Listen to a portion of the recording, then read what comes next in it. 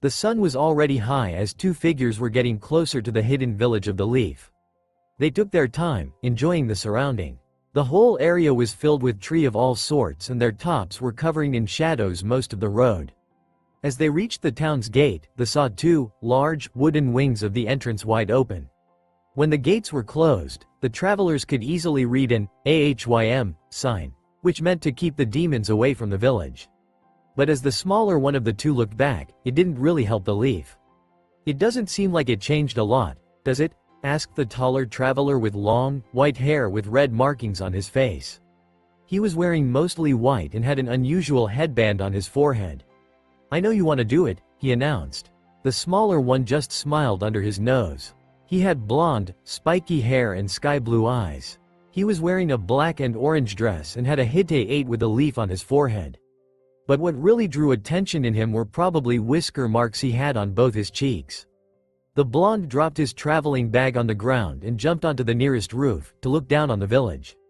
In front of his eyes were hundreds of buildings and people were living their lives, unaware of the young man looking from above on them. "This place really haven't changed one bit," he thought with a smile as his eyes went to the Hokage monument. Only this time there were 5 faces on it. So that old bat ordered to add her face, "Sorry guys, if I was here I'd stop her," and with that thought he smiled even wider. "We should report our arrival," reminded the older man. "Besides, I'm pretty sure Tsunade would like to see you again. It's been over 2 years now." "Guess so," nodded the blonde. "Though I wish to say hi to few people before that." "You can do it afterwards. The 5th would kill me if she'd find out we came to her first." "Alright," replied the whisker marks as he picked up his bag and jumping from one roof to another headed to a high tower in the center of the city. It was completely made out of wood and was also one of the tallest buildings in the village. Above the entrance there was a big, kanji symbol of fire. "Oh, you're finally back," said one of the guards, as he saw the two men approaching. "Come with me. Hokage-sama will be pleased to see you," and with that he entered the building, lending the travelers to the highest floor. As they reached the Hokage office, the guard bowed and went on his way back. The white-haired man slowly opened the door to see a young-looking woman with long, blonde hair, clipped into 2 small ponytails that were falling on her back. She was wearing a green dress with a kanji symbol on its back. The man also spotted a square, blue tattoo on her forehead. Her head was resting on a desk which was completely covered by papers. The blonde walked closer to the woman. When he reached the desk, he stared at her for a moment and then, finding a pen between the papers, he drew it closer to the woman's face. But before the blonde could even leave a line on the female's face, she woke up and instantly gave him a powerful punch in the face, which sent him flying against the wall. The white-haired man just sighed at the sight, as the woman came closer to the boy and after helping him get back on his feet, started to wipe the floor with him again. "What the hell?" she yelled. "I haven't seen you in 2 years and now that you're back you want to make my face look like a painting? When will you start to show me some respect, you brat?" Few minutes later, when the woman finally decided that the boy had enough, the blonde decided he had enough long before, but that didn't convince the kunoichi. She got back behind her desk and looked at the white-haired man. "So you're finally back, Jiraiya?" she asked. "You'll stay a while, I hope?" The man simply nodded. "Good. Now then, Naruto, I think there's someone who'd be happy to see you. Follow me," and not waiting for his response, the woman exited the room and the blonde, wanting or not, went after her. They walked through the hall with many doors. Some of them Naruto recognized. They pasted the door to the room where shinobis received their missions. Another was where they complete all the promotion issues. They finally reached the end of the hall and opened a massive wooden door. As they entered the room full of candles, Naruto noticed that the walls had strange markings on them in few places and the roof was kept above their heads by many white columns. But what really drew his attention was a girl that stood in the middle of the room, practicing. The girl was his age and had medium-length, pink hair. She was wearing a red, sleeveless top, short, black leg guard and high, black boots. As she turned around to the new arrivals, Naruto noticed her green eyes. And, from what the boy remembered, her curves became more noticeable. "Tsunade-sama." The girl bowed at the sight of her sensei. "I believe I completed today's task," and it was then that she noticed a blonde boy with whisker marks on his cheeks, standing next to the woman. Naruto? She gave the boy a questioning look. Is that you, Sakura-chan? The boy replied. The woman smiled under her nose. Seems that both of you changed a lot in those 2 years. I'll miss the time when you were just some dumb brats. With that she gave both of them a warm smile. You two probably have many things to talk about. Sakura, you have the rest of the day off. So, you returned for good this time? Sakura asked her teammate, as they sat on one of the rooftops. Yeah, replied the boy. At least I'm not planning to go anywhere too soon. Still haven't said hi to so many people. Did many things change while I was gone? I mean, except the fact that the whole village has to look at Tsunade Baon's wrinkled face now. Well, you might say that, nodded the pink-haired Kunoichi. For one thing, you're the only one from our class who haven't become a chunin yet, and with that a large grin appeared on her face. There was a moment of silence before the news reached Naruto's head. And as they did, the whole Konoha found out that he's back, as a very specific noise came to all doors. What? Well, the volume of your voice hasn't changed. They both heard a voice from behind, and as they turned around, they noticed a man with silver hair and a violet mask on his face. His forehead protector was falling on his left eye. Yo! He greeted them as the two young shinobis stared at him. Kakashi-sensei! Yelled Naruto, getting to his feet. I see that you changed very little. Looks can be deceiving, replied the man calmly. You'll see that as you'll wander around the village.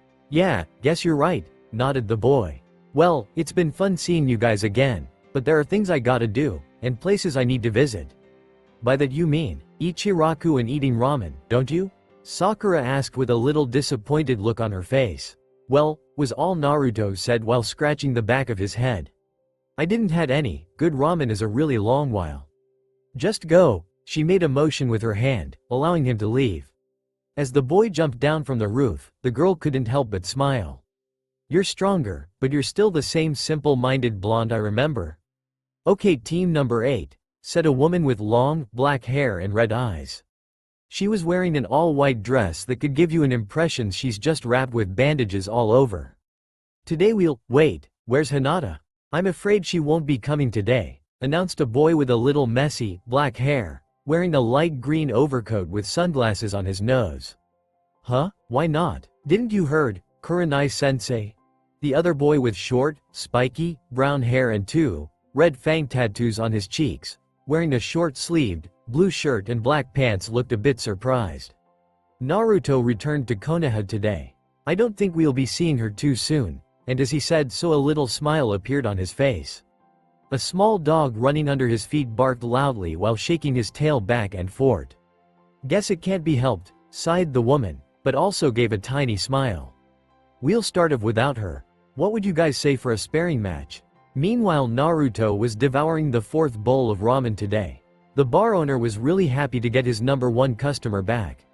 As more noodles disappeared in the blonde Genin's mouth, the boy called, "One more bowl," and before he could count to 3 another meal was placed right before him. Being in his eating frenzy, he didn't even spotted that a certain girl walked into the bar. She had short, black hair. She was wearing blue pants and a short-sleeved, yellow shirt, thanks to which no one should have a problem in recognizing her as a girl. But what really drew everyone's attention in the girl were probably her eyes, which were completely white. Welcome back, Naruto-kun. She spoke up and it was only then that the blonde shinobi has taken his eyes of the ramen bowl and looked at the new arrival. With few noodles falling from his mouth, the boy stared at the girl with his eyes widened and his mouth open, thus releasing some of his mouth content on the floor. It took him a moment to snap out of it and answer the call. Hinata? Is that really you? I missed you, Naruto-kun, she announced with a smile appearing on her face, and a small blush. How was your trip? So, the Kyuubi brat finally returned home? Asked the first figure, whose face was completely covered by a shadow cast by the hood he was wearing. His clothes were black, decorated in red clouds. Looks like it, replied another man, wearing the same clothes as the first. He was taller and carried a huge sword, wrapped in bandages. This might be very convenient for us. Now that he's among his friends he'll be less alert. Indeed, nodded the first. Let's get going, Kisame, before today ends, the Kyuubi will be in our hands, and so both figures headed forwards Konoha. They found a small glade in the middle of the forest with a big rock on the border of it. They did so mostly due to Naruto's pushing, and Hinata, being her usual self, was too weak to refuse him. Come on, he's Naruto and she's Hinata after all. During the walk the blonde began telling her stories about his journeys and what he learned. Practically the glade was his idea. Being the show-off that he was, he couldn't help himself but to show some of his new jutsus. Of course, as they walked side by side, Hinata was blushing slightly, but during the time he was away she gained some courage. It still wasn't enough to confess to him or anything, but she felt more confident while being around him now than she used to be. I see you stopped wearing that wide, brown coat, announced the blonde, looking at her. Good thing. Yellow suits you way better, and you don't seem so gloomy anymore either. Thank you, she replied, blushing a bit more. So, Naruto-kun, she began. What exactly did that man from the hidden grass wanted you to do? After all, I doubt he'd give you that scroll for nothing. Of course, replied the blonde. There was this missing nin he wanted me to catch. You think he's ready? Asked Tsunade, looking out the window. Hard to say, replied Jiraiya. He became stronger, much stronger than he was, but… I get the point, interrupted the slug Sennin. There was a short silence before she spoke again. From what you told me, it seems that he left his hideout, hasn't he? Jiraiya simply nodded. Why would he do that now, after 10 years? You think he is up to something? I'm afraid so, responded the toad Sennin. But whether he is up to something or not, it can't be good for us. But it'd seem he is not aware of Naruto. That's the only good news about it. We need to make preparations, and find out what is his objective. Is he working alone? Hard to say, but even if he is, it won't help us much. I know, replied Tsunade, finally turning to her former teammate. I'll take care of Naruto for now. I'm counting on you to get as much information as you can about him. I'll do what I can, ensured Jiraiya before disappearing. And then I awesomely kicked his ass. Naruto concluded his story. Hinata couldn't help but smile, as she observed her crush trying to perform every move he described in his story. You really became strong, haven't you, Naruto-kun? She thought to herself, blushing slightly. Well, it seems you're having a good time, aren't you? Kyuubi? Came a voice from the bushes. Both Hinata and Naruto instantly turned around to see two men dressed in dark cloaks with red clouds on them. The smaller one had long, black hair that was partly falling on his face. The face itself had two lines running under the red eyes. The face showed absolutely no emotions.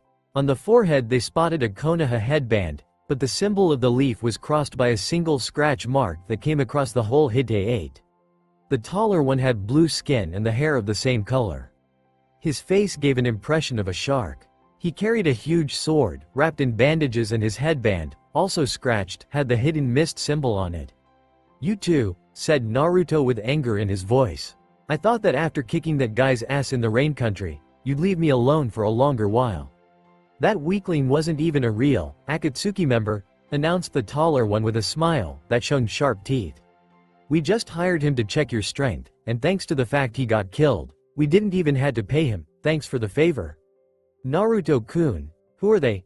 Asked Hinata, looking at both figures. How rude of us. The swordsman smiled again and took a step closer. My name is Hoshigaki Kisame and this is my partner, Uchiha Itachi. Uchiha? Hyuga Eris's eyes widened at hearing that. We came here for the blonde brat, announced the one called Kisame. Stay out of our way and you won't get hurt. Try to stop us and you'll find death. With those words he pointed the top of his sword at her. Leave her out of this, ordered Naruto. It's me that you want, come then. Itachi, what do you think? Kisame turned to his partner. You may have this, replied the former leaf nin. But don't take too long, staying in this village longer than its need is risky. We don't want to repeat the same mistake twice. This time go all out from the very beginning.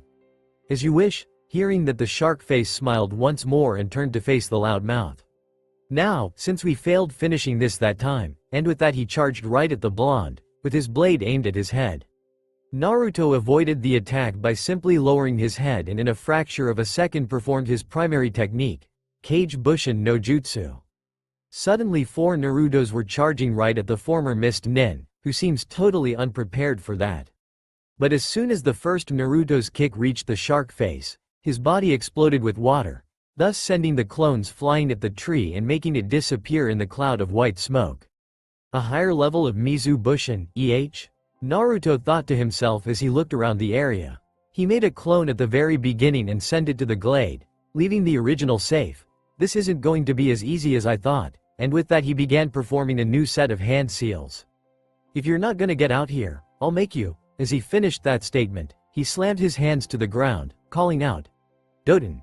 Ishi Tamarai no Jutsu! And hundreds of stone spikes shot from the ground, damaging the whole area. The only spot they avoided was the one Hinata was standing. What a technique! The white-eyed girl just stood there amazed. Itachi was standing on the top of one of the stone spikes, looking down on the two-leaf nins. It was then that Naruto heard a noise coming from behind and jumped back, merely avoiding Kisami's blade, which, cutting through some of the spikes, was aimed at his stomach.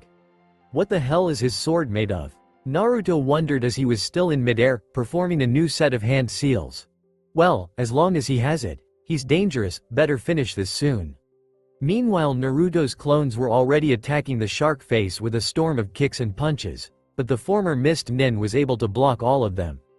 Finally, seeing an opening, he elbowed the clone on his right, thus causing it to disappear in the cloud of white smoke. With one clone gone, the other two weren't able to keep up with the swordsman and were easily destroyed by Kisame. Unluckily for the fishman, at the same moment Naruto finished his chain of hand seals. The blonde took a deep breath and as he released the air, he called out, Kaden! Karyudan no Jutsu! Instantly a dragon formed from circling flames came right at the former mist nin. Having no way to dodge, Kisame performed a quick set of hand seals and he too took a deep breath. As he let the air out, water came out of his mouth and formed a barrier that stopped the fire dragon just before it reached the shark face, lifting up a ton of steam. As Naruto's feet were getting closer to the ground, Kisame launched himself towards him, preparing his sword. But before he was able to make a cut, he received a powerful blow in the stomach, which caused him to slide back a little. As he raised his head, he noticed a white-eyed girl standing in front of him in her battle stance. Hinata? Naruto whispered as he stared at the Hyuga heiress. Don't forget that Naruto-kun isn't your only opponent, reminded the white-eyed girl. I'm still here. You little, began the shark face, but his words were silenced by Itachi. She's a Hyuga, Kisame, you should watch out. Her clan is known for their unique and powerful taijutsu style. Even with a weak hit she can damage your internal organs. Well, it's not like I'll allow her to get close to me anyway, replied the former mist nin and threw several shurikens at the girl. But to his surprise, Hinata was instantly surrounded with a sphere of chakra that stopped the shinobi stars in their tracks. Then she began spinning and shark face eyes widened as he observed his shurikens being blown away. Don't take me lightly, advised the white-eyed girl. I'm not as weak as you think. I see, so you have some skills as well, Kisame smiled again. But it's you brats that take me lightly, and before she even noticed the former mist nin became a puddle of water and the really shark face was coming at her from behind with his sword ready to cut her head off. But before the blade reached the girl, Naruto kicked it from its flat side, thus throwing it out of the shark face hand, and then gave the large man a punch in the face, which sent him flying back few meters. And how about if we check how good you are with that sword of yours? Asked Naruto as he stabbed the blade deep into the ground, performed a quick chain of hand seals and with the last symbol he called out, Kage Bushin no Jutsu, and instantly tens of him surrounded the former mist nin. Let's do this, yelled the blonde as all the clones jumped right at the swordsmen with kunais in their hands and stabbed the Akatsuki member in various places. But it was at the very same time that the sword was covered with white smoke and before it cleared a blue-skinned hand grabbed the blonde's throat and lifted him up. Do you really expect me to fall for your lame tricks? Asked Kisame a bit irritated. I'm not a rookie like you. Hinata turned in the direction the shark face filled with Naruto's kunais was standing just to see him turn into the water. He created two Mizu Bushins when the steam that appeared after Naruto-kun's fire attack collided with his water barrier. He's skilled. I know you're not a rookie, announced the blonde. But, you know, neither am I. And with that he disappeared in the cloud of white smoke and a second later Kisame felt a kunai near his throat. Checkmate. So the Kage Bushin just now was a diversion. Figured the former mist nin. He had to figure out I used the henge and left one clone behind on purpose so that the original could get me from behind. Nice, Kyuubi brat. But that's still far too early for you to celebrate, and with that though a smirk appeared on his face. You're stronger than you were, I'll admit that, but making mistakes like the one you did just now, you're still just a rookie. And just what do you mean by that? Didn't it bother you? Replied Kisame. That fact that I don't have my Somahata? At hearing that, Naruto's eyes widened as he jumped into the air instantly, and only thanks to that avoiding a cut from behind that splitted another Mizubushin in half. A double diversion, cursed Naruto, as his hands began making new seals. This guy is way better than the ones I fought so far, and with that he took a deep breath, but before he could perform the jutsu, he found Kisame reaching him and cutting his stomach, thus causing him to dispel the jutsu he was about to execute.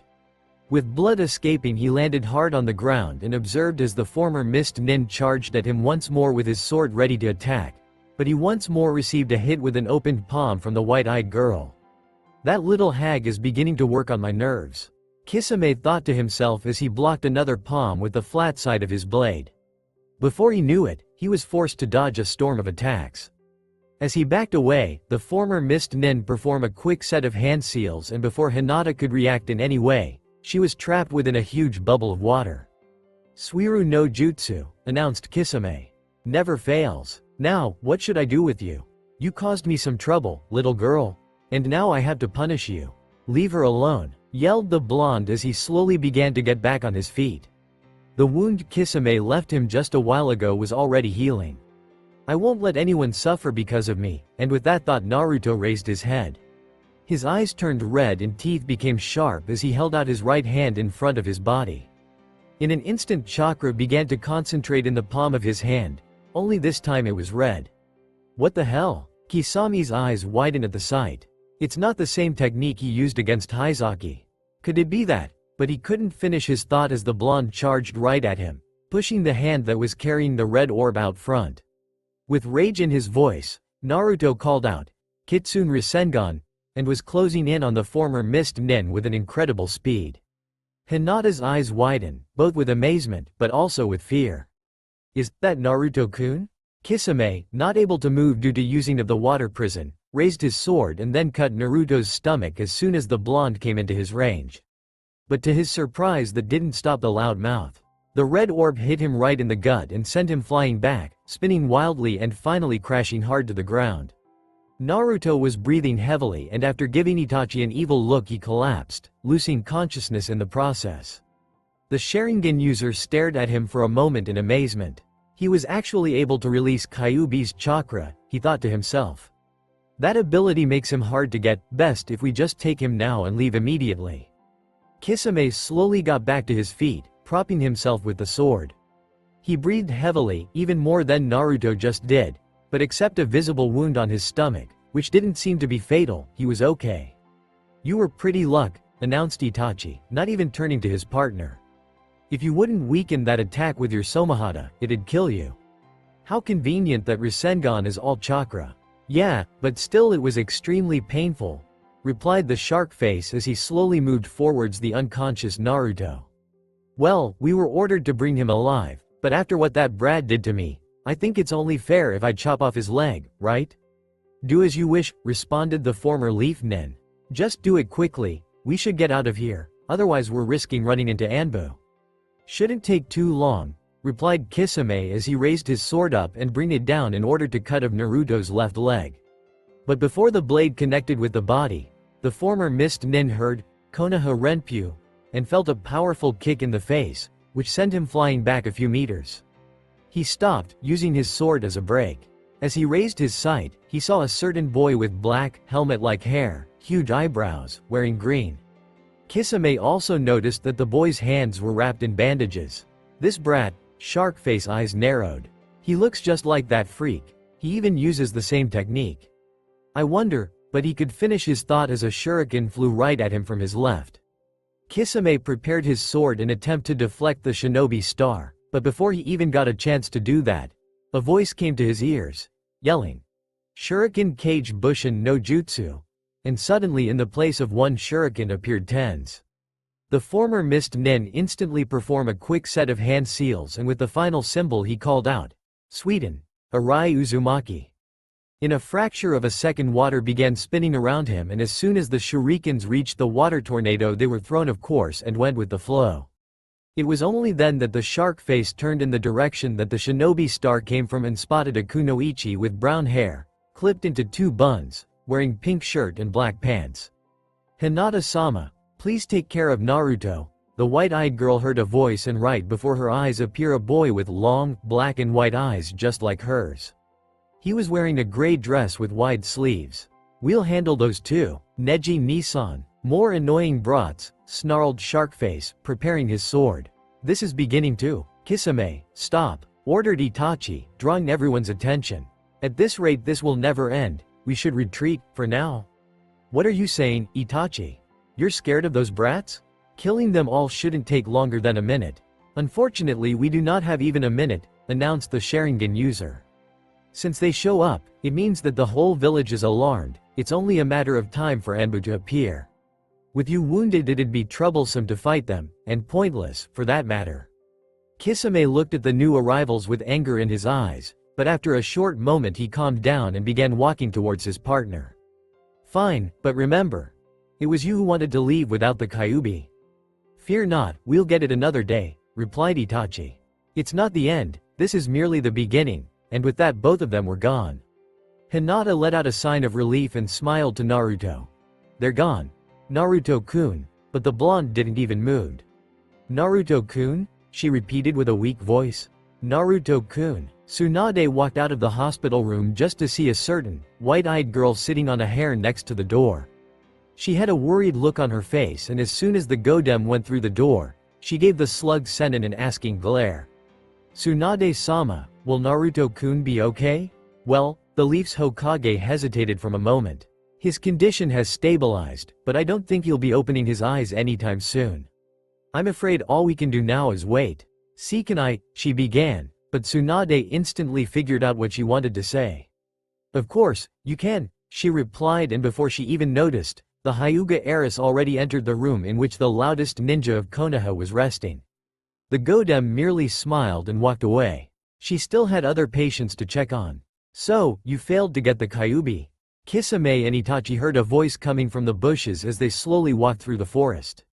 Without even stopping or looking around, the Sharingan user replied shortly. "We did. The master won't be pleased," the voice announced. "Moreover, you allowed the fox brat to wound you, Kisame, you're getting old." "If that was a joke, Zetsu, then it wasn't funny," responded the shark face. "Besides, it's not like the brat defeated us. We decided to leave him behind." "You wounded the brat," reminded the one called Zetsu. "We need him alive. Remember that if he dies, because of that wound, you'll be punished greatly. Why won't you worry about getting your own Jinchuriki, The former Mist Nin was getting a little pissed. "And show yourself, I hate talking to air." It was then that a mysterious figure appeared from under the ground.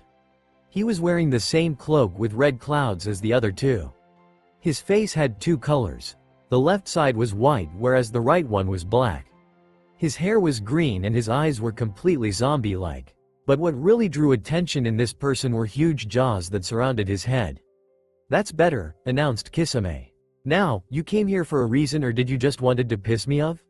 "He is on the loose," replied Zetsu shortly. "And you think he has any business with the Kyuubi vessel?" asked Itachi. "We're not sure," responded the one called Zetsu.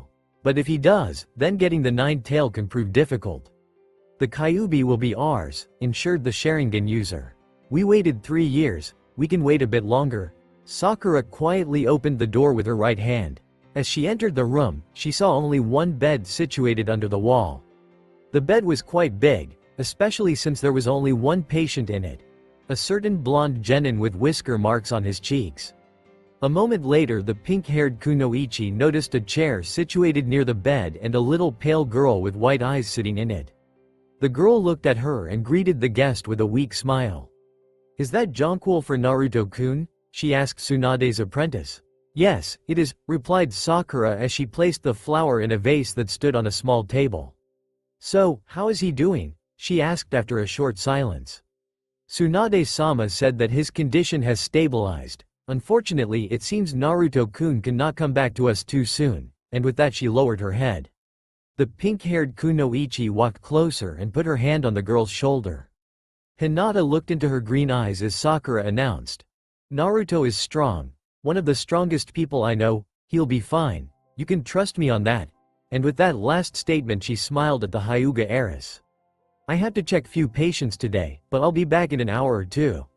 Hinata only nodded as Sakura walked out the door. Once she entered the hallway, she spotted Kiba walking in her direction. It wasn't hard to figure he was here to see how the blonde shinobi was doing. You saw that too, didn't you, Neji? Lee asked in excitement as he walked around the training area. The three of them were meeting their sensei here, but surprisingly, Green Beast's idol was late. Those red eyes, sharp teeth, what was that? How should I know? Replied the Hyuga genius simply. He decided to keep the fact that he already saw Naruto in a similar condition earlier to himself. I can't answer your question, and making assumptions will only complicate things. I suggest waiting for Naruto to wake up. If he'll feel like it, he'll tell us. And you're not even a bit curious, Neji-kun? Asked Tenten. It's only natural that I am, responded the white-eyed boy, turning towards his teammate. But as I said, there's no point in making assumptions, and with those words he went into silence. A moment later, Guy appeared on the area. Greetings, me faithful students, yelled Kakashi's rival. How are you on this beautiful evening? How does it feel to be the ones who saved their Leaf comrades from S-class criminals? Guy-sensei, Lee yelled back, raising his hands to the sky. Tell us why we're meeting at such a late hour. Do we have a new mission so that our youthful spirits could shine again? No, replied Guy with a little sadness in his voice. Tsunade-sama just ordered me to give you few days of as a reward for a job well done. As I said, you saved fellow Leaf shinobis from certain death. If it weren't for you, Naruto and Hinata would probably both be dead right now. Well done, my children. At hearing those words his team exchanged glances, and after a moment of silence, Neji stood up. Since we're free today, I have something I should take care of, he announced. Excuse me, and with that he was gone. I'll go and train then, stated the green beast. First, 100 laps around Konoha. I just remembered that. I forgot to turn off the gas. Good night, Guy-sensei. And so even Tenten left the area, leaving Guy alone. Seems that you were right, Tsunade-sama, he thought to himself as he began walking away. They're suspecting something. Kiba knocked on the door, and without waiting for a reply, he entered. As he walked into the room and closed the door behind him, Hinata raised her head to see who the new arrival was. Seeing her teammate, she felt a bit relieved. None of them said anything. Kiba just stood right next to his teammate and stared at the blonde who was laying motionless on the bed. Hinata was also looking at Konoha's loudest ninja, but her head was down. The silence wasn't broken by anything until the Hyuga heiress finally decided to speak. I couldn't do anything, Kiba-kun, she announced as tears started to gather in her eyes. He was fighting a powerful enemy and I didn't really do anything that'd help him. At those words tears started to fall from her face. All I did, this whole time, did I really change during those 3 years? And with that she openly started crying. Kiba kneeled in front of his teammate and embraced her. She sobbed into his shoulder, repeating that she could do anything to help. And he listened without saying a word. Even Akamaru kept quiet. As she finally calmed herself down a bit, the dog ninja pulled her away slowly and looked deep into her eyes, saying, Hinata, you did change, and don't you even dare thinking you haven't. I heard it from Neji, you saved Naruto's life, don't say you didn't do anything, 'cause you did. You did everything that was in your power to help. Still, it was not enough, she continued sobbing. You tried your best, reminded her Kiba. No one could expect more. You didn't disappoint anyone, and I'm sure Naruto would say the exact same thing if he was conscious. At that point Akamaru barked loudly, showing his agreement. Hinata looked into Dog Ninja's eyes and slowly a weak smile began appearing on her face. Thank you, Kiba-kun, she finally said as her teammate smiled back at her. It's getting late, announced the young Inuzuka. I should get going, but I'll be back in the morning. Guess you're staying, aren't you? The Hyuga heiress only nodded. Good night then. And with that the dog ninja walked out of the room, followed by his canine companion. But this time it didn't even took a minute for new guests to enter the room. This time around there were 2 of them. The first was a boy with black hair, clipped in a ponytail, wearing a black fishnet and a green waistcoat on it. Hinata also spotted 3 golden earrings in his left ear. The other visitor was a boy her age with spiky, brown hair, wearing a white scarf around his neck and a gray t-shirt. He was quite chubby and was carrying potato chips bag in his hands. "We," began the thinner one, "we heard from Ino that Naruto was here, so we figure we drop by. How is he doing?" "Well, he's fine now," replied the Hyuga heiress. "All we have to do is wait for him to wake up, and I'm sure he would get up as soon as possible if he knew how many people came to visit him." At that she managed to smile widely, for the first time since her fight with Kisame. It was also then that all three heard a loud "burk" coming from her stomach. "Have you eaten anything?" asked Shikamaru with a concerned look. "Well, you see," she began, starting to blush. "Figures," sighed the lazy Chunin. "I have nothing to do today anyway, so I might as well go fetch you some dinner." "What would you like?" The Hyuga heiress was about to answer when Choji cut in, announcing, "Get some pizza while you're at it, will ya?" Shikamaru's eye twitched as he gave his teammate an evil glare, but after a moment he just said his favorite quote and exited the room, leaving the hungry, white-eyed girl and a chubby ninja to themselves. The hour was late. Both Shikamaru and Choji had to leave for home. The only one that stayed in the room was Hinata. During this whole time Naruto didn't even move. The only thing that was the proof he was still alive was the fact that he was breathing. The Hyuga heiress didn't left his side all that time. She only left the room to visit the girls' room. A bit earlier Sakura dropped by to check up on the blonde genin, but she had to leave soon after as her medical duties called for her. Finally midnight fell. The moon above the hidden leaf village brightened the area with the help of many stars. It was then that the white-eyed girl began to feel tired. She shook her head in hope that would stop her eyelids from falling down.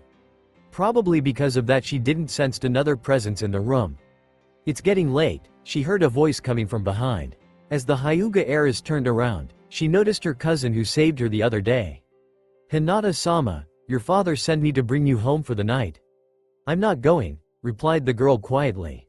"Hinata-sama, I know how much he means to you, but—" Neji tried to oppose, but was immediately interrupted by the young heiress. "I said I'm not going," she announced in more confident tone this time. "You can tell my father that I won't be coming home until Naruto-kun wakes up, and that's final." She turned around to look at the blonde laying on the bed. The Hyuga genius just stared at the girl without saying a word. Finally, after a longer silence, Hinata spoken. "Neji-Nisan. I hope you understand. Hiyashi-sama won't be happy about this," announced the white-eyed boy. "But I'll think of something," he added short after with a smile on his face. Hinata returned the smile and after saying, "Thank you," she returned to holding Konoha's loudest ninja hand, waiting for him to wake up. Neji slowly walked out of the room and headed towards the Hyuga estate. He still had to think of an excuse for not bringing the young heiress with him. An excuse that will stop Hiyashi from sending someone else to the hospital. The hour was early. Sun was slowly rising, making the sky red, when Tsunade walked into the hospital for her everyday patrol. It was one of the few things that the slug Sennin actually did without Shizune reminding her that it was her duty. After she checked all her patients, she decided to see how Naruto was doing. The Godem slowly walked through the white halls of Konoha's hospital and stopped at the room number 122. The room where the Leaf's loudest ninja was placed. "It sure is quiet," she thought to herself. Maybe Naruto should get beaten up more often. She managed to smile at the forced joke, but it didn't really make her feel better. The slug Sennin pressed the door handle and slowly walked into the room. As she entered, she noticed a certain, black-haired girl sitting on a chair placed near the bed. Her head was laying on the edge of the bed. She was obviously sleeping. "She stayed here the whole night?" wondered Tsunade. Then she heard somebody coming her way. She looked out the door just to see Kiba, along with Akamaru, of course, and Shino heading towards the room. The Aburame heir was carrying some food. "What are you doing here at such an early hour?" she asked quietly. "We came to check on Hinata," replied Shino simply. "And we also heard from Shikamaru about last evening, so we figure bringing her something to eat won't hurt." "I see," nodded Tsunade with a smile. "Well, I have Hokage stuff to do, so I'm leaving those two under your care," and with that she slowly walked away. Days gone by and Naruto still wasn't waking up. Hinata didn't left his side even for a day. Sakura, Shikamaru and others were dropping by regular. Kiba and the lazy Chunin were always bringing some food with them, knowing that the Hyuga heiress didn't wanted to move even to grab a snack. Neji had a difficult time in his clan's estate as Hiyashi was slowly beginning to grow impatient of the white-eyed genius excuses for not bringing his daughter back. But he decided that this time he'll help his cousin and kept the head of the Hyuga away from the hospital. Finally, one sunny morning, as the first sunrays were slowly making their way into the room where Kona, his loudest shinobi, was resting, the blonde genin moved his fingers. Next on the list were his eyes, which he opened after a little while. His whole body was completely numb, so it's only natural that it'd take him some time to move it again. He was slowly getting into a sitting position when he felt something holding his left hand. As he looked in that direction, he noticed a girl wearing yellow with short black hair. She was sleeping, but even so she was still holding his arm tightly. "So, you're finally awake," he heard a voice coming from the right. He slowly turned his head, making the less moves as possible, so to not wake the young Hyuga, and noticed Tsunade standing next to the bed with her arms crossed. "You slept over a week, and I thought that it was Shikamaru who was lazy," and with that she gave him a wide smile. "Tsunade Bon," Naruto almost yelled, happy to see the young-looking woman. "What are you doing here? Don't you have some Hokage business to take care of?" "I do," nodded the slug Sennin. "But I thought I'll keep this girl's company." With that she pointed her head towards Hinata. "She didn't left your side even for a minute. Guess she was too exhausted to stay awake though." "She didn't left my side?" Naruto gave the sleeping heiress a puzzled look. "It's not just her," continued Tsunade. "All of us were worried." At hearing that, the blonde genin began looking around the room, and it was only then that he spotted more people sleeping on the chairs placed against the wall in front of him. First was Shikamaru, who was snoring. His head was lying on Choji's stomach, which was going up and down as the chubby ninja was breathing. More to the left were Ino, a girl with long, blonde hair, clipped in a ponytail, dressing purple, and Sakura. They were sleeping as well, one propped by the other's head. As Naruto kept moving his head to the right, he noticed Kiba stretched on his chair, drooling a little. Next to his feet lay Akamaru, also sleeping. Then there was Shino, who sat on the chair with his arms crossed.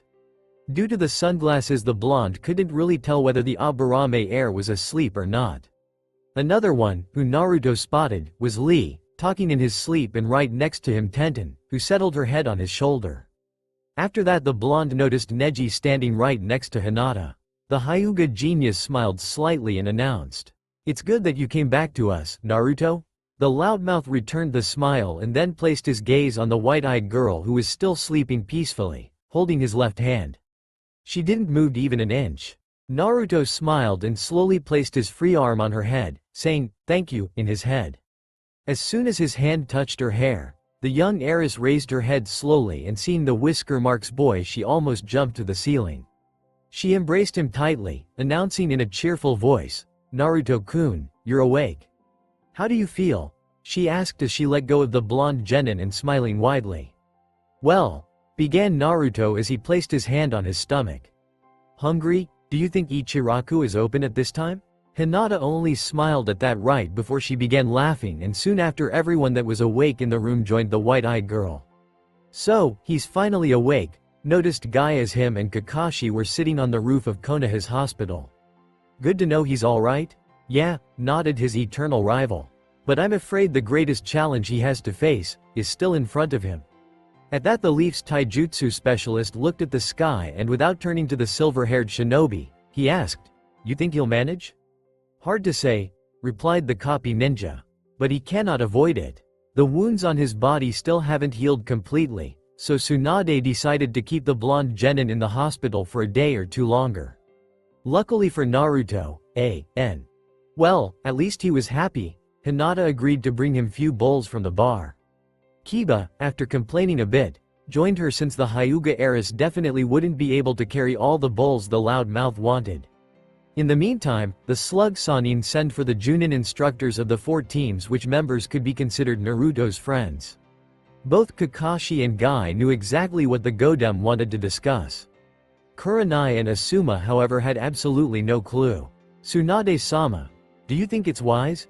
asked the smoker politely after hearing about the legendary Kunoichi's idea. "The third, I remember," interrupted the slug Sannin. "But it must be done. I think you all knew this day would come eventually. Besides, I believe it's best for Naruto." "But how will they react?" asked Kurenai with concern. After all, I understand that, Tsunade interrupted again, but at least he'll know.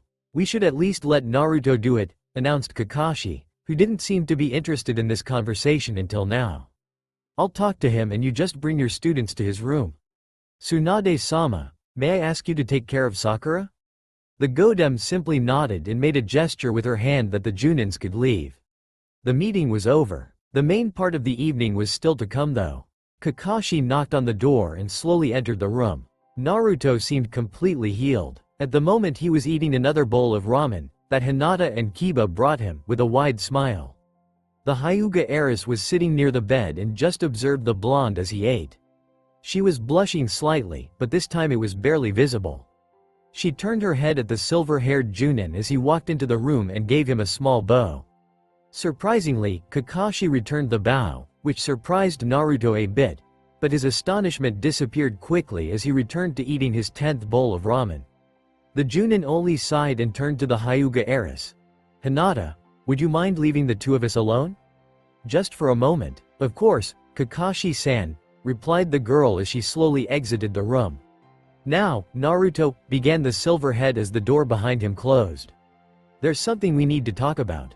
Making this longer is pointless, so I guess it's better to get straight to the point. Naruto, Tsunade-sama and me believe that it's high time to reveal your secret to your comrades. At hearing that, the blonde stopped eating immediately and swallowed the noodles he had in his mouth. He didn't respond in any way, he was just looking deep into Kakashi's eye. The Junin knew his thoughts about that idea. I know how people treated you because of that, he continued. But if they're your friends, you should trust them, and if you think of them as friends, don't they deserve to know? Naruto looked out the window. He kept silent, but it didn't seem like he was thinking about what Kakashi just said at all. It's not that he didn't wanted to tell them nor if he was scared to do so. It was more than he was afraid about them. Not their reaction to the news, just about them. Some already suspect something, added the Junin. It's better if they knew the whole truth, wouldn't you agree? When, was all Naruto asked after a short silence. They should be heading this way right now, replied Kakashi. Soon after Kurenai, Asuma and Guy teams entered the room, along with Hinata and Sakura guided by Tsunade. The Junins backed away to stand under the wall so that their students could gather around Naruto's bed. The only, elder person who stayed close to the blonde was the Godem.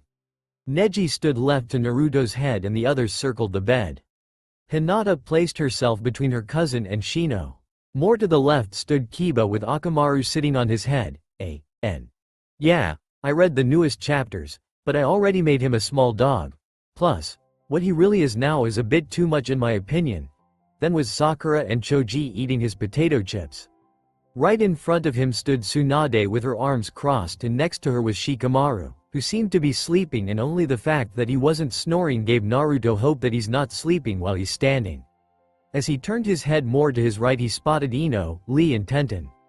Everyone was here. Well, Naruto? Rushed the Godem. Mind telling them why they were called here? Okay, replied the blonde, lowering his head a bit. As you all know, or at least you should, 16 years ago Konoha was attacked by a powerful, nine-tailed fox demon, Kyuubi. He couldn't be stopped by the whole legion of leaf shinobis, only the 4th Hokage was able to fight with the beast as equal. Everyone knows that, Guy whispered to Kakashi. Why is he making this longer? He's preparing both himself and them for it, responded the silver-haired Junin simply. The beast was defeated and the leaf was saved. The Yondaime gave his life for that success though, continued Naruto. But even though he won the battle, the 4th was unable to destroy the demon, so he did the thing he thought was the best. He decided to seal it so that it won't threaten his village again, but the container for such beast couldn't be chose just like that. That is why he decided to seal the beast inside a newborn child. Neji instantly understood what the blonde was getting at, but he didn't want to show it. Shikamaru's eyes opened. He either got interested or figured things out as well. Shino gave Hinata a worried look. It seemed as though he knew too. Naruto breathed deeply, preparing himself, and everyone gathered around for what was coming. That child was me, he finished and raised his head to see everyone's reaction. Both Neji and Shino didn't seem to be moved at all, however the others were surely shocked. Choji even stopped eating. The blonde also noticed that Hinata's expression changed the most. It didn't seem like she was shocked. It was something else. something he couldn't tell. That explains why you have such a large amount of chakra, and why your wounds heal at such a speed, concluded the lazy Chunin. His announcement also ensured everyone that Naruto spoke the truth. To put it simply then, Neji was the first to speak when silence filled the room for few moments. You were sacrificed for the whole village. Be aware that the fact you carry a demon inside of you changes nothing to me. I still respect you as a friend, now maybe even more. Naruto's sky-blue eyes widen at hearing that. You did not choose this to be, added Shino. You may carry a demon inside of you, but that doesn't make you one. I do not feel different about you just because of that. Even that demon wasn't able to extinguish the flame of youth that is inside you, yelled Lee. Shino-kun is right, you're not Kyuubi. I think what I'm about to say goes for all of us, announced Sakura, as all the eyes turned to her. We don't care whether you carry a demon inside or not. You proved that you're a leaf shinobi and that you're someone one can count on. The information was a shock, but I don't think you'll be able to get rid of us from your life with just that. The whisker marks look at all the people gathered around. It seems that Sakura was right. The look in their eyes was different from the one he usually got from people who knew his secret. It wasn't hatred nor disgust. For the first time it was understanding and care. His gaze stopped at Hinata, whose head was low. Naruto-kun, she whispered with few tears falling from her eyes to the floor. I'm sorry, if I only knew, such pain, such loneliness. With that she fell to her knees and started crying openly. Naruto stood up from his bed and softly embraced the young, Hyuga heiress. No one said anything more. Tsunade only smiled under her nose. You found true friend, Naruto, those who accept you the way you are, you overcame your past. Few days passed since that day. Not much changed in Naruto's life since then. Tsunade allowed him to leave the hospital and once more he received hateful glares here and there. Only this time it was easier for him to take that. Now he knew that he found people who accepted him. He was no longer alone. Right now he was on his way for a training session with Neji at the Hyuga estate. As he walked through the opened gates, he noticed the young, Hyuga genius already practicing with Hiashi. Instantly they both turned their eyes to the blonde. The Kyuubi vessel greeted them. Neji returned the welcome, though Hiashi only nodded. The head of the Hyuga learned to not only tolerate the demon child, but also gain some respect for him.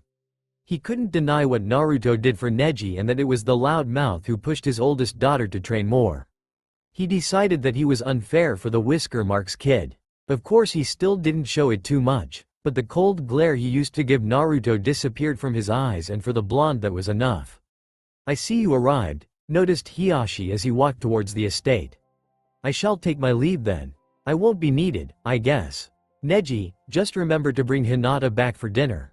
Of course, Hiashi-sama. The young Hyuga bowed slightly as the man disappeared inside the house. Neji drank a little tea that was left on the doorsteps and prepared himself for another training session. So Hinata isn't around? Asked Naruto curiously. No, replied the young genius shortly. Lately she's been training with her teammates. She rarely appears around the house. I see, nodded the blonde. Kiba breathed heavily as he propped his hands on his own knees. He stared to his right. Akamaru already had enough as the pup laid on the ground and seemed to be falling asleep. The young Inuzuka then looked in front to see Hinata in her fighting. She was also breathing heavily and sweat run down her face. Around the place she stood were many holes created by the dog ninja Gatsuga. Hinata, what did you say if we take a break? Asked Kiba. Akamaru can't keep up. Just one more time, Kiba-kun, begged the Hyuga heiress. No, Hinata, Shino cut in. You should watch out for yourself, your body has its limits. Rest for a while and then we'll resume. I promise. Okay, she finally nodded with a weak smile. Kiba only left out a sigh of relief. To come this far in such a short time, he thought to himself. I wonder if he really is worth it. After his training session with Neji was over, more like it was interrupted by Tenten who cut in. Naruto headed to the Ichiraku for his typical dinner. The moment he entered, he spotted Team 10 near one of the tables in the corner. Hey, what are you guys celebrating? He asked, almost scaring Ino to death. What the hell is your problem? She yelled at the blonde and sent a fist right at his face. You want to give me a heart attack, idiot? We're cheering for Shikamaru, answered Choji when Naruto finally got back to his feet and walked to their table once more. He was chosen to be responsible for this year's Chunin selection exam. That's great, announced the blonde. Say, could you, he began, but was immediately interrupted by the lazy Chunin. Sorry, but no can do. I know we're friends, but I can't break the rules for you. At this rate I'll never become a Chunin, complained the loud mouth. Can I at least join you guys? And with that he made big, puppy eyes to them. Allow him to do that and we'll bankrupt paying his bill, whispered Choji to his teammates. Both nodded slightly and then gazed upon the blonde once more. I'll pay for myself, he ensured. And only after that was he allowed to sit with them. Tsunade was going through another pile of papers. She read so much today that she even thought about buying herself glasses. Her eyes began to hurt, so she decided to take a short break, especially since Shizune had a watch at the hospital today and wasn't able to force her back to her duties. She walked to the window and opened it. Instantly a warm breeze hit her face. She closed her eyes to enjoy the feeling and without opening them again, she said out loud, "Back already? Did you find out anything?" Jiraiya, who was standing on the mold, propped against the wall, merely nodded. He's hard to track down. I was able to find out that he was seen near the Aimgakure a few days ago and headed west. His destination is unknown though. That certainly isn't much, replied the Godam. But still it's the best information we have, at least he's not heading towards Konoha. Any idea what his objective might be? Hard to guess, responded the Toad Sanin. But from the direction he is heading I'd say that he may have some business with the Akatsuki. It is possible, nodded Tsunade. Well, for now just try to track him down and find out all you can about his current actions. I'm counting on you. I'll do my best, replied Jiraiya. But the trip was kinda long and exhausting, plus my fans are getting impatient. You wouldn't mind if I'd stop by to do some research, would you? And before he knew it he had to duck under his old teammate's fist. Naruto was sitting on top of the fourth Hokage's head, looking down on the Hidden Leaf village. He smiled under his nose and glared to his left at the face of Tsunade. It's going to be painful. Having my head curved next to that old bat, his smile widened at his own joke. Naruto-kun, he heard a shaking voice behind him. As he bended back, he noticed Hinata standing right behind him. May I join you? Sure, he replied with a wide smile. Be my guest? She returned the smile and slowly settled down next to her crush. For a moment they just stared at the white clouds slowly moving through the blue sky. Finally Hinata decided to break the silence. Naruto-kun, I just wanted to tell you that. I know, he interrupted. But don't be, it wasn't your fault at all. Just the fact that even knowing my secret you still wish to be my friend is enough for me. And with that he gave her another smile. Only a friend? She lowered her head a bit, but immediately raised it again. I'll always be your friend, Naruto-kun, no matter what'll happen. The blonde just smiled.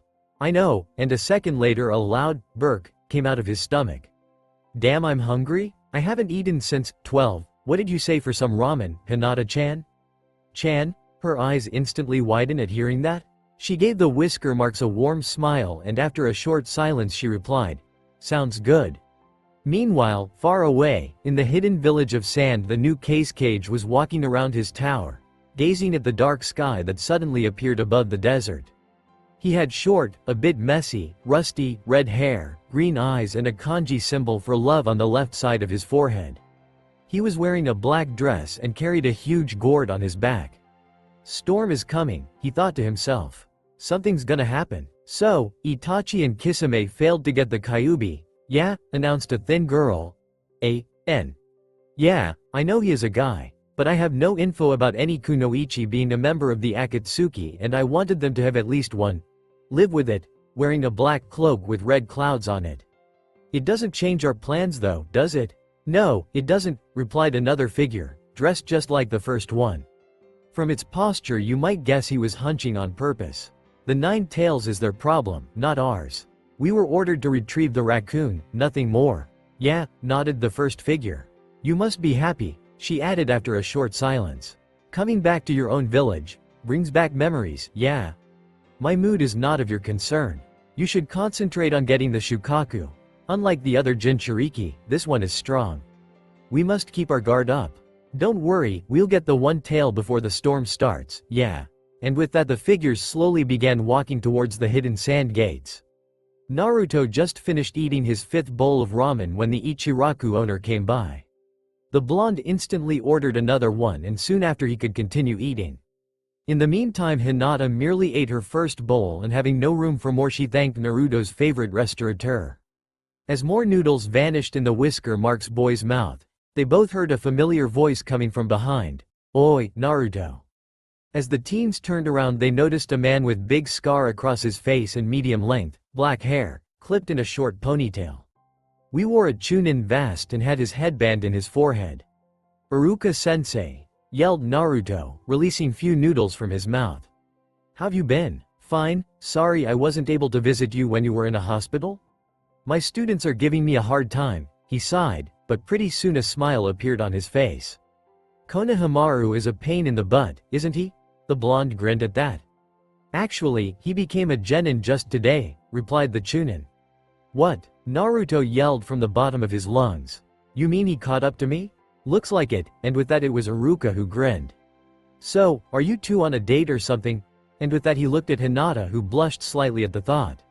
"That's not it," she replied after a moment, and even though she tried to hide it, the chunin still managed to sense sadness in her voice. "We're just spending time together." "I see," nodded the Scarface. "Sorry, Hinata, someday he'll get it." "Iruka-sensei, you wanna join us?" asked the blonde. "I'd also like to hear details about Konohamaru's new team. Who's on it and who they're getting as their sensei? Also what's new in your life? You're not just looking for someone to pay your bill, are you?" 4 junins were laying on the ground, each with blood and burn marks on them. Looking at the carnage with no emotions on his face was a man in black cloak with red clouds on it and a big, scorpion-like tail coming from under his cloak. "You just can't control yourself, can you?" he asked his companion who was a tall girl with long, blonde hair, clipped in a ponytail. "With all that rocket that damn clay creatures of yours made we soon might have the whole hidden sand on our backs." Yeah, replied the female. "But if we wouldn't kill them, they would most likely spot and destroy the scout I've sent into the village, yeah. We shouldn't allow that." And then, as on cue, she was forced to jump into the air, avoiding a huge, sand hand that came from the ground, trying to grab her. Only thanks to her reflexes was she able to dodge, but just by few inches.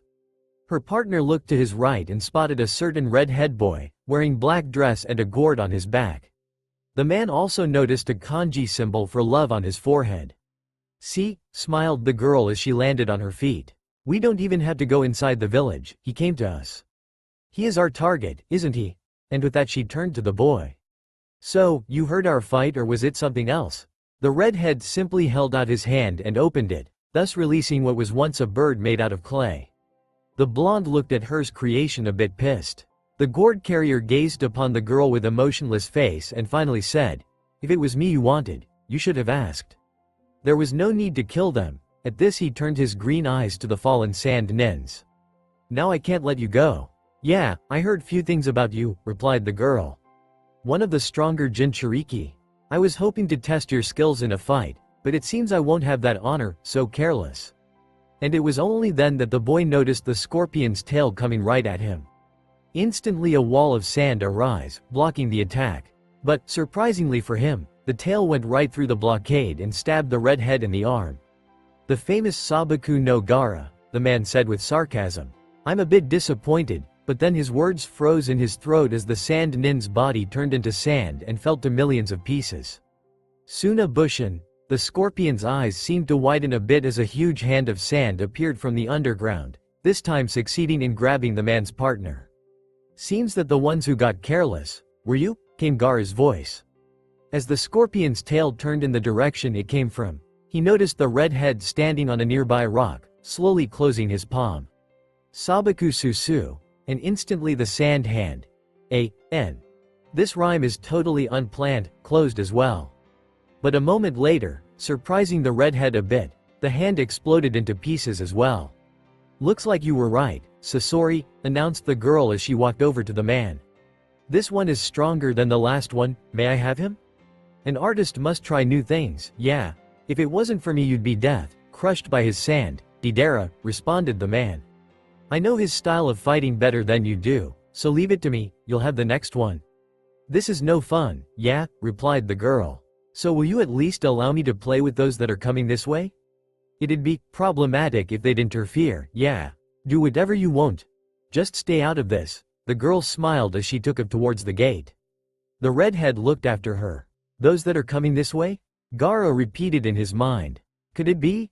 His eyes widened slightly at the thought as he turned to face his opponent. "Sorry to bring you down to earth, but I won't allow you to kill more of my shinobis. Looks like I'm gonna have to dispose of you quickly and then take care of your friend." "Funny thing," noticed Sasori. "The last Jinchuriki we took said almost the exact thing." "Are you certain, Kankuro?" asked a girl with blonde hair, clipped into 4 ponytails, dressing purple. She had a huge fan attached to her back. "If that's true, we should alert the village." "They are. If we do that, many will die," replied a man wearing black with purple tattoos on his face and 3 scrolls on the back.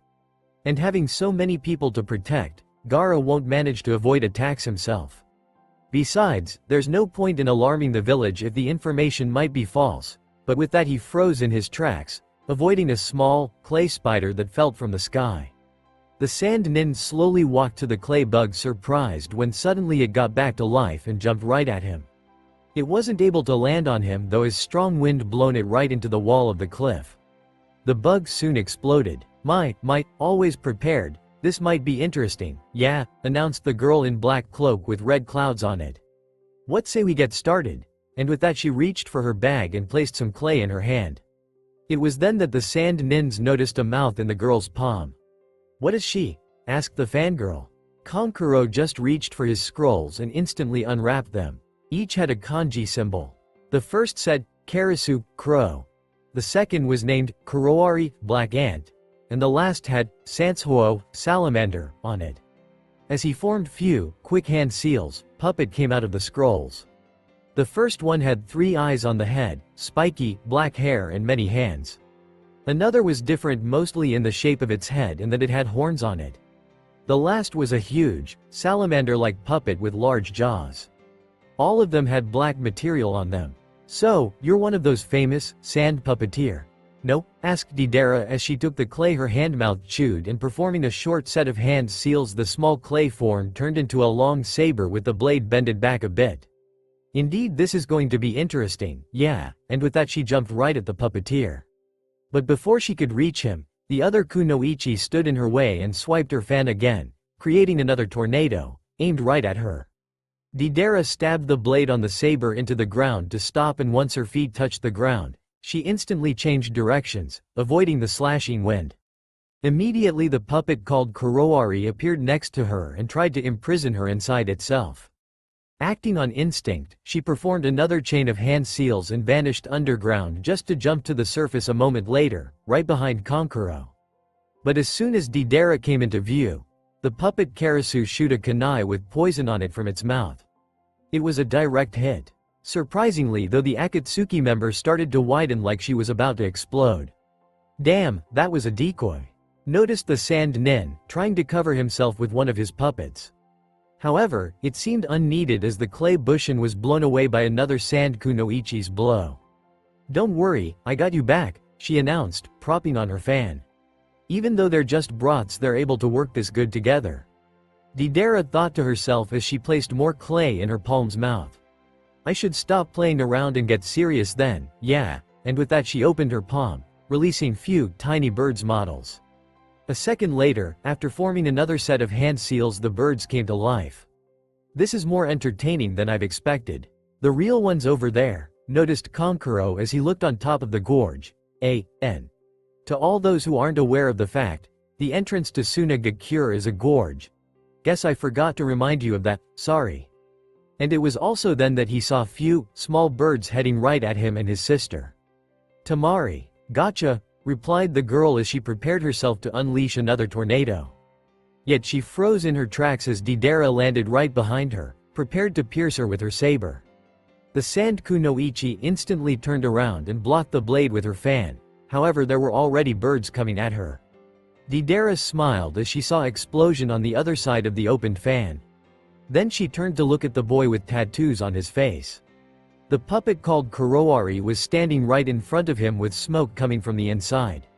So he imprisoned the birds inside his puppet? The charge wasn't really that big, but it is surprising that this marionette withstood it. A second later, Kurowari fell into pieces, leaving the puppeteer with only 2 dolls. But strangely, Kankuro was smiling.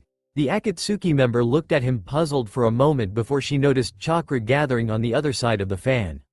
Kachiyose no jutsu, came Temari's voice as she grabbed her fan, and in a fraction of a second she swiped it, only this time summoning a big weasel armed in reaping hooks.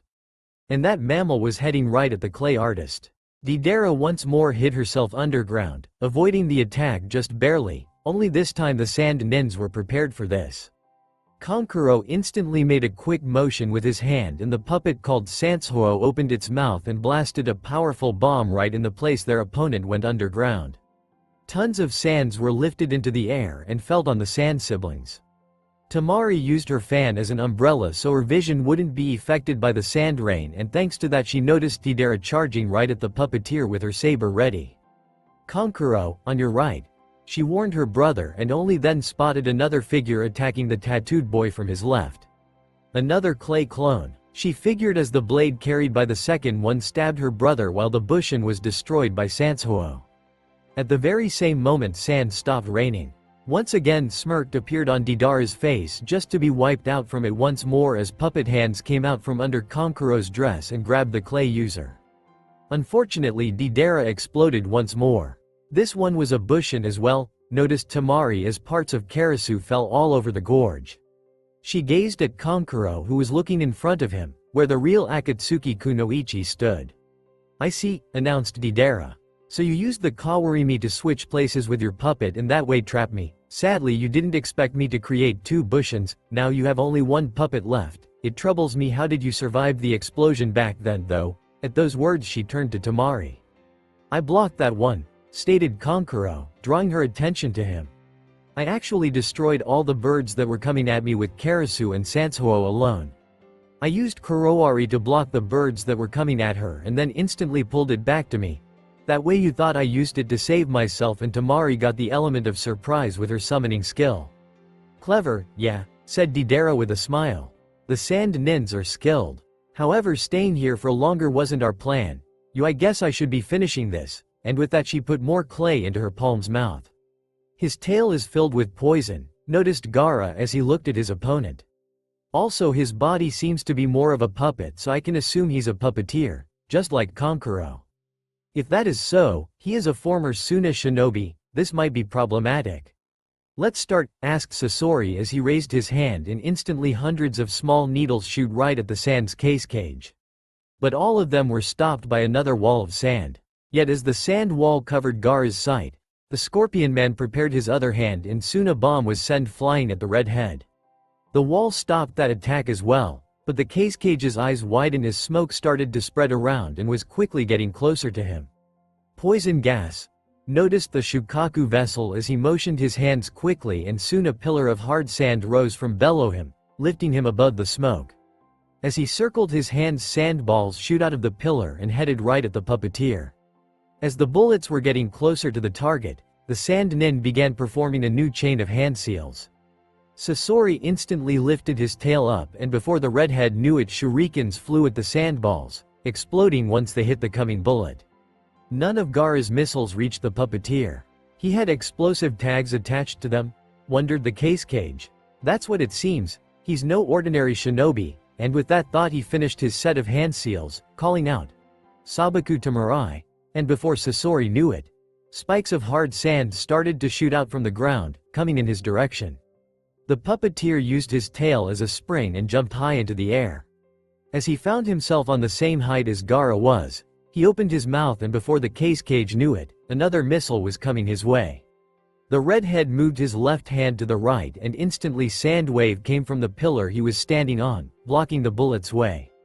As Gaara heard the explosion on the other side of the blockade, he performed a quick set on hand seals with his left hand only and calmly called out, "Suna Senbon."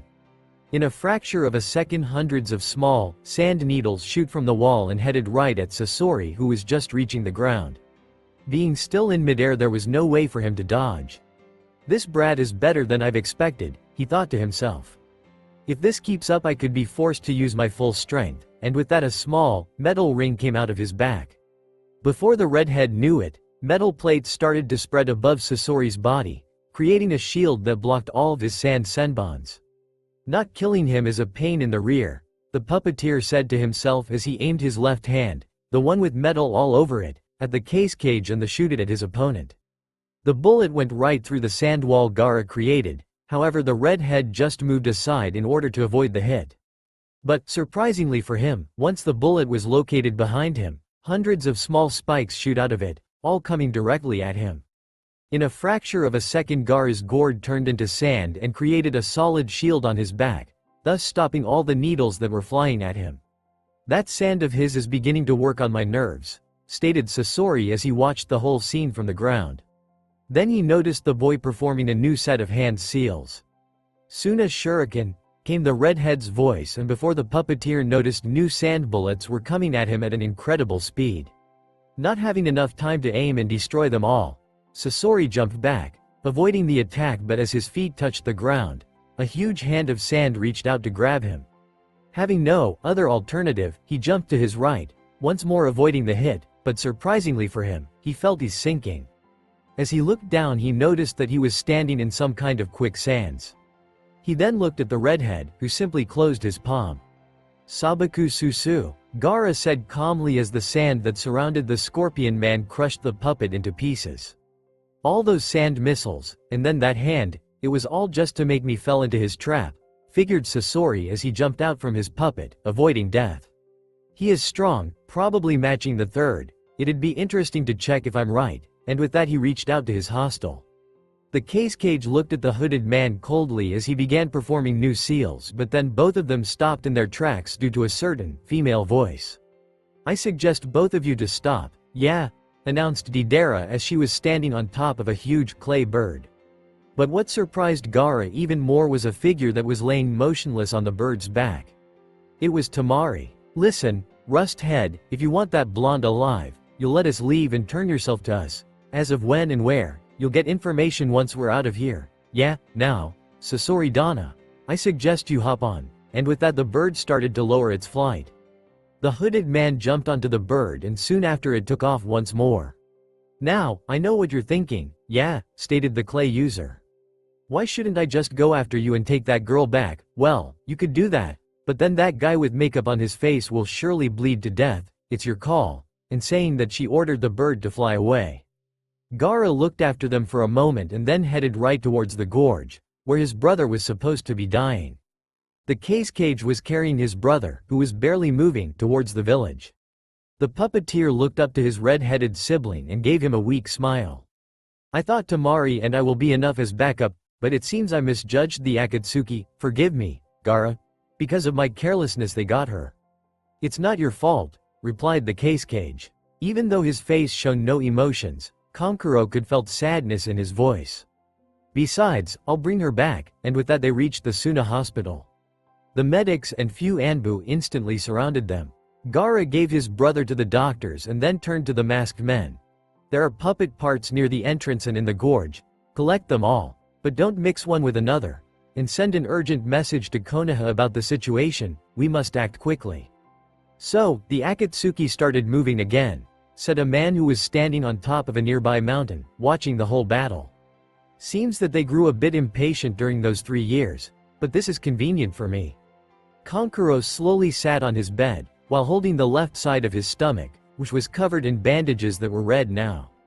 He looked around and noticed that he was in a hospital room. "So, you finally woke up," came a voice, and as the puppeteer looked in the direction it came from, he noticed Gaara standing in the corner, his face showing no emotions, as always. "It's been almost 5 days. I slept that long?" Kankuro asked, surprised, and then recalled what happened. "How's Tamari? Is she alright?" "The Akatsuki got her," the redhead replied calmly, but the puppeteer knew him too long for not noticing both sadness and anger in his voice. "They're willing to exchange her for me though. And what's Konoha's reaction to that? They've sent few shinobis as support, they should be arriving here soon." Naruto ran with the rest of the group through the desert. They were getting closer to the gates of Sunagakure. He looked in front of him as he recalled in his head how it came to this. Flashback. "Come on, Tsunade Baan, give us something challenging." begged the Kyuubi vessel. We're meant to do greater things. We're not genins anymore. Actually, you still are, reminded Sakura. With all that yelling, Kakashi sighed to himself. The fifth is not as calm as the Sandame was. And the one to get in trouble will be me. Look, you blonde shrimp. Yelled back the Godem, putting her foot on her desk. You'll do as I say, cuz I'm the Hokage right now. Naruto just HMPFED, and you could tell Tsunade was ready to wipe the floor with him. Yet they were interrupted by Shizune, who ran right into the room, carrying a small scroll. Tsunade-sama, it's an emergency. Important report from the hidden sand. The blonde Hokage calmed down, took the scroll from her subordinate and started reading. So, the Akatsuki made another move, she said out loud to no one in particular. Naruto twitched at hearing that. They attacked Suna in order to obtain their case cage, Sabaku no Gara. In the end they failed. But still managed to kidnap the Sand Leader's sister and offered an exchange. She then looked at the team that was standing in front of her and noticed that Naruto's eyes turned red for a short moment. Jiraiya did mention that he became friends with the current case cage, but why he got so mad? She thought to herself, and after a short silence, she announced. Alright, team number 7, I have a new mission for you. You are to go to the sand, find out the situation and aid them any way possible. As she said so, the door opened again, and this time it was Shikamaru and his team that entered the room. The lazy Chunin bowed quickly and requested, Tsunade-sama, I was the one who decoded the report, so I know the situation. I'd like you to allow me to join Kakashi-san's cell in this mission. Huh? Godime's eyebrow went up. Since when are you so into anything? Well, began Shikamaru, but was instantly cut off by Ino. He has his reasons, Tsunade-sama. Asuma-sensei already agreed to it, so with your acceptance the three of us will assist Sakura and her team on this mission. Fine, replied the slug Sanin after a moment of hesitation. However, you guys will receive a new team member, she announced, turning to face Naruto's cell. He'll be waiting for you at the gates, you're dismissed. The next day in the morning both Kakashi's and Asuma's cells were waiting at the gates of Hidden Leaf for the additional member to the silver-haired Junin's team, and for the silver-haired Junin himself. Soon the one who was supposed to replace Sasuke came into view. It was Hinata. Hinata-chan, what are you doing here? Asked Naruto, jumping to the girl. Chan? Ino's eyebrow went up. They finally started dating? Tsunade-sama assigned me to assist you in your mission to the hidden sand, replied the white-eyed Kunoichi. She said that my eyes can prove to be useful. Welcome on board then, announced the blonde genin, shaking the girl's hand. End flashback. He let his memories get blown away as they reached the entrance to the Sunagakure. The one to welcome them was Baki. Glad you made it. Please, follow me. Case Cage Sama is waiting for you. They followed the Sand Nin through the sandy streets of the hidden sand village. It was Hinata's first time visiting the village, so she kept looking around curiously. The village itself was located in a large crater. All the buildings were made out of white brick. Their shapes made an impression of being rather primitive. They were square or just a pyramid of circles. There was no glass in the windows, which were either square or round, but that could be explained by the fact that the temperature was always high in these parts, so the local people would prefer to have fresh air in their house all the time.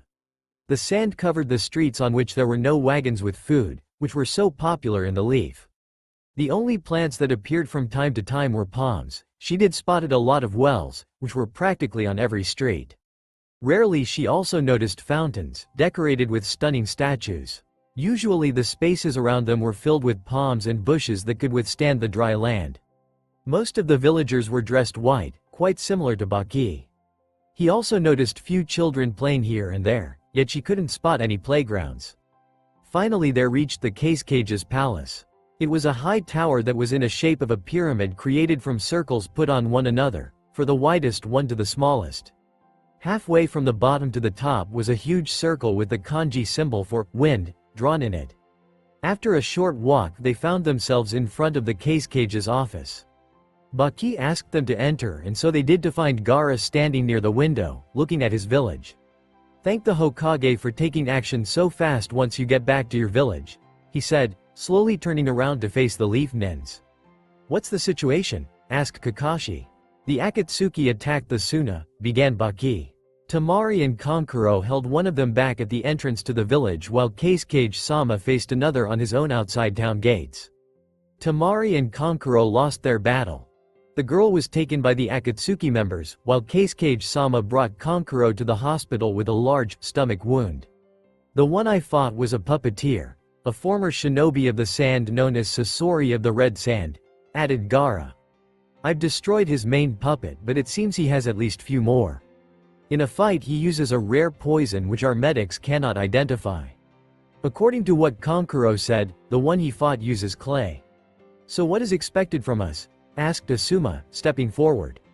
I just got a message where the Akatsuki invent to exchange Tamari for me, announced the Godem, dropping some clay on his desk along with a small scroll. I was prepared to go, however the elders forbid it.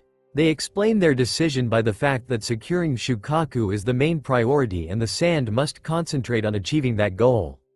Apparently they don't feel like risking any of the sand shinobi's lives in the attempt to rescue their sand comrade. What I'm asking you to do is head to the place of exchange and do everything that is in your power to save my sister, however, treat your lives as priority. Sand politics always seemed complicated to me, sighed Kakashi.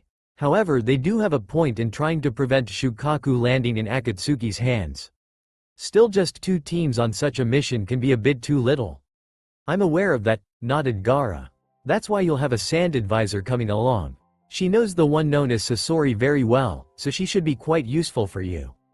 Unfortunately, that's all I can give you. Since we'll be facing S-class criminals, I'm afraid this may be too little, announced Shikamaru. Something like an antidote to that poison you told us about would be useful. Also, since you said that you were able to destroy that puppet, it might give us an advantage if we'd be allowed to see it in order to find out how it works. I can help out with an antidote, proposed Sakura. Tsunade-sama taught me about poisons, so with the right equipment and herbs I might be able to come up with something. Our medical resources will be at your disposal, replied Gaara, nodding towards the pink-haired Kunoichi. As for the puppet mechanism, Baki can lead you to the place where our puppeteers work on putting Sasori's tool together. Perhaps they'll be able to provide you with some helpful information. All that's left is to ask how much time we have for preparations, asked Kakashi. Unfortunately, time isn't on our side, replied Baki. In order to get to the exchange spot in time, you'll have to leave tomorrow morning. I should got to work on that antidote right away then, announced Sakura. And so everyone made their preparations for tomorrow's mission.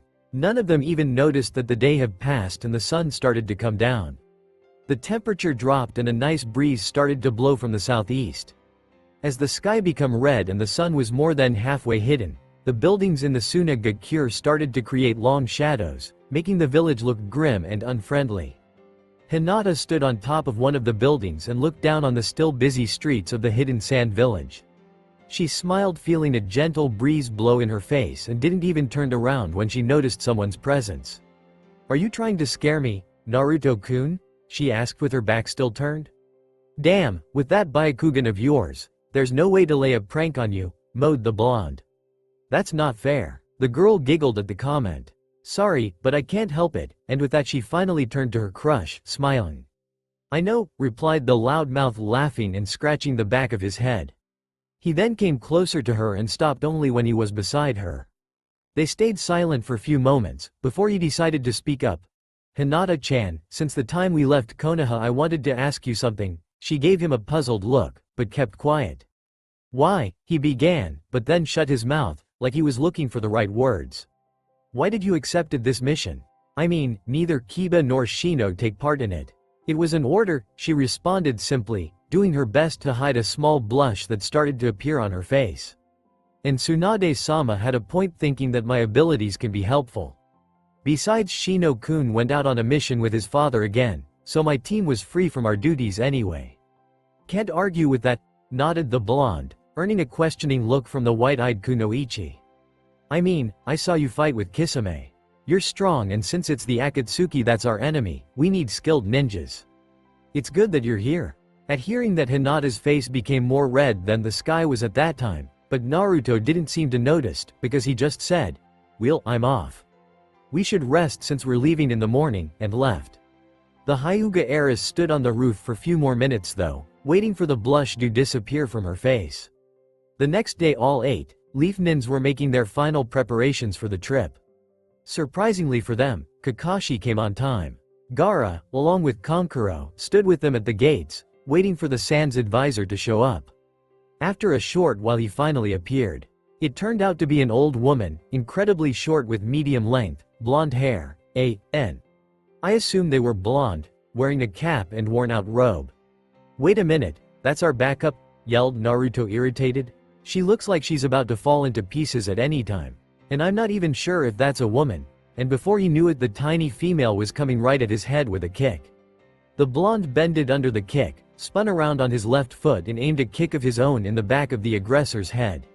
But surprisingly for him, the Sand Nin shoot her hands back and grabbed his leg before it connected with her body. Using Naruto's leg as a brake, the woman turned in midair to face the blonde and still holding on to his leg aimed another kick in his face. In an instant the blonde performed his signature move and made his clone stop the attack. And before any one of them could launch another attack, they both got trapped in the sand fist. "I believe that is enough," announced Gaara with his usual voice. Shio-san is one of the Sand's top puppeteers. She's also Sasori's grandmother, thus she knows him well. Among all the Sand shinobis, she's the one that can prove most useful in the battle you're about to enter, and with that said he released the two from his grip. "That old hag," thought Naruto, giving the woman an angry glare. "She's pretty good. Listen brat, before you were born I've seen more battle than you ever will. So show me some respect," ordered the one called Chio. "We should get going," announced Kakashi, not really interested in what just happened. "We have a long trip before us and it's better to travel before the sun raises too high." The other Leaf Nins only nodded and a second later they all went on their way. "You think they'll save Temari?" asked Kankuro when the rescue team disappeared from their view. "He'll do it," assured the Case Cage, not even turning to his brother. "I'm sure he will." After a half-day trip the Leaf Shinobis along with Chio reached their destination, which turned out to be a wide canyon. The Junins looked around and searched for possible traps and ambushes. "It seems clear, but don't forget we're dealing with the Akatsuki," reminded Asuma. "Expect anything." But then his words froze in his throat as he looked behind him at the small field of rocks. He glared at the silver-haired Junin, who also seemed to sense what he just did. "Kakashi, is that—" he began, but the Sharingan user interrupted. "Seems like it. Listen, it looks like we won't be able to help you out with this mission," he said, turning to the young shinobis and the Sans advisor. "Carry out your duty and Asuma and I will get back as soon as we'll be able to." "Asuma-sensei, what's wrong?" asked Choji, looking confused. But the Junin didn't answer. He just looked at Kakashi and after the silver-haired nodded they both disappeared from others' view. "I'll never understand Leaf Shinobis," moaned Chio as she turned to the young ninjas. "Anyways, it seems we're on our own now. I hope you all remember the plan?" Kakashi and Asuma reached the rocky field and began to look around. "We know you're here," announced the smoker. "Your chakra can be easily sensed. Show yourself." A second later a boy with medium-length, blonde hair, formed in dreadlocks walked from behind a nearby rock. He had hazel eyes and was wearing a black and yellow shirt and pants in the same colors. He had a small scar across his left cheek and had a Konoha headband protector with the slashed leaf symbol on his forehead. "And I really hoped I won't have to face you, Kakashi-san," announced the boy, who seemed to be around 20. "Last time we fought it got a bit unpleasant," then his gaze rested on Asuma. "But I'm quite sure we haven't met before. Mind telling me who you are?" "Sarutobi Asuma," replied the smoker. "And you are that S-class criminal and a missing nin, Kengo, right? A former Akatsuki member." "Indeed I am," nodded the blonde, smiling slightly. "I guess I should be honored to know that the leaf still carries memories of me." "Don't get too happy," interrupted Kakashi. "We'll take you down and bring you to your final justice. You can either come peacefully or we can take you by force." "Interesting," replied the one called Kengo.